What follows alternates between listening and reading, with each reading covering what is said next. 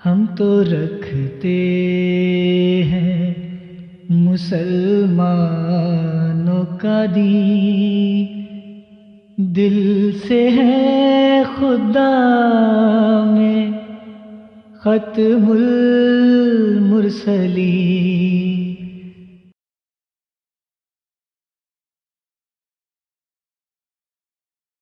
ہمارے ساتھ محترم عامر حق صاحب موجود ہیں۔ السلام علیکم ورحمۃ اللہ وبرکاتہ۔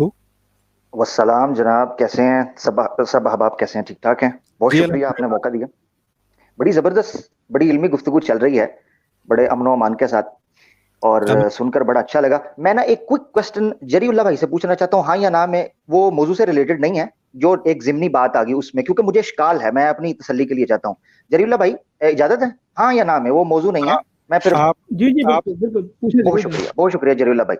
اچھا، سوال صرف یہ ہے، آپ نے سورہ احزاب کی ایک آیت کا حوالہ دیتے ہوئے کہا ہے کہ وہ تسلی مرزا صاحب کو آ گئی کہ وہ لیذھبانکم الرجس اہل البیت، یہ آپ اس سے کہیں معصومین اہل بیت حضرت مرزا غلام احمد قادیانی صاحب تو نہیں لے رہے؟ میں مثلا مجھے اشکال تھا، ہاں یا نہ میں بتائیے، صرف یہ پوچھنا چاہتا ہوں، یعنی ان کی عصمت، معصومیت جی نہیں، بابت ان الزامات کے نہیں، بحیثیت اجماعی، جیسے شیعہ معصومین اہل بیت کا لیتے ہیں عقیدہ، وہ لے رہے ہیں؟ نہیں میں وہ بالکل عقیدہ نہیں لے رہا، حضرت مسیح اسلام کی جو اہل بیت ہے، یعنی ان کی جو اولاد تھی، ان کا متعلق یہ بات بیان کر رہا ہوں۔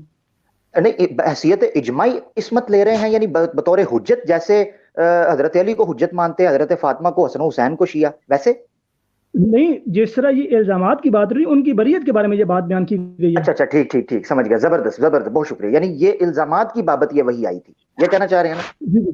جی بالکل ٹھیک ہو گیا، چلے میں اس پہ زیادہ تفصیل میں نہیں، اس کو علیحدہ موضوع رکھیں گے۔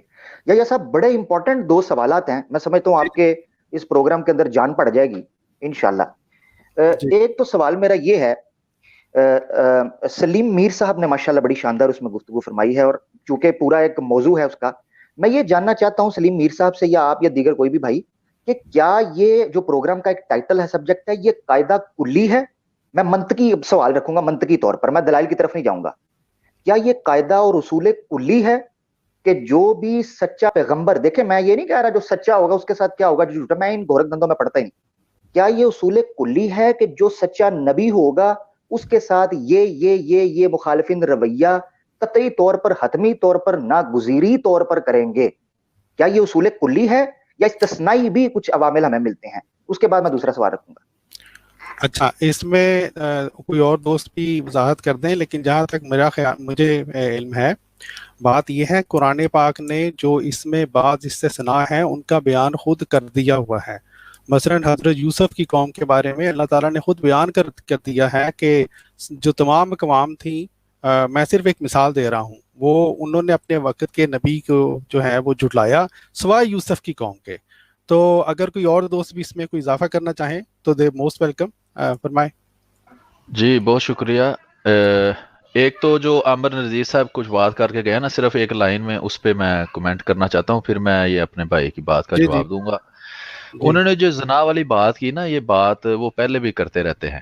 اس سے پہلے میں اپنی گفتگو میں یہ بات بیان کر چکا تھا کہ جب ان کو تسلی بخش جوابات ہر چیز کے مل جاتے ہیں، اس کے باوجود وہ اعتراض جو بچپن سے ان کے دماغ میں پڑ چکے ہیں وہ کرنا یہ جاری رکھتے ہیں، حالانکہ ان کے جوابات دیے جا چکے۔ مثلا یہی اعتراض جب انہوں نے کیا تو میں نے ان سے پوچھا کہ سورت نور خدا تعالیٰ نے اتاری حضرت عائشہ رضی اللہ تعالیٰ عنہ پر معاذ اللہ بدکاری کا الزام لگانے کی وجہ سے، اس میں پھر اصول اللہ تعالیٰ نے بتا دیا کہ جب بھی کوئی کسی پر زنا کا الزام لگائے تو اس میں 4 گواہ اسے پیش کرنا ضروری ہے۔